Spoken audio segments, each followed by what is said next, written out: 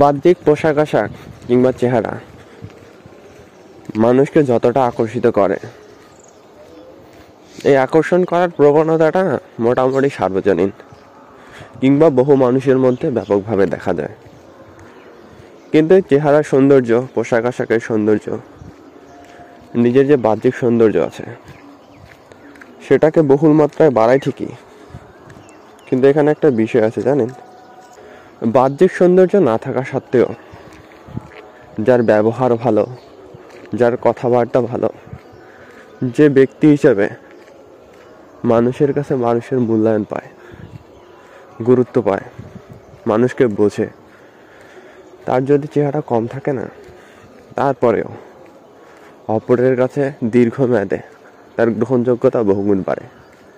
কিন্তু যে মানুষের বাহ্যিক চেহারা, সৌন্দর্য, পোশাক আশাক এই সকল কিছুর সাথে ব্যক্তিত্ব ভালো থাকে,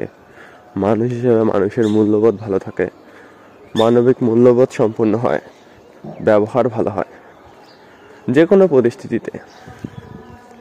সে মানুষের গ্রহণযোগ্যতা বলেন, জনপ্রিয়তা বলেন, সব কিছু সার্বজনীন না হোক বহু মানুষের কাছে বিশেষভাবে আকর্ষিত, গ্রহণযোগ্য।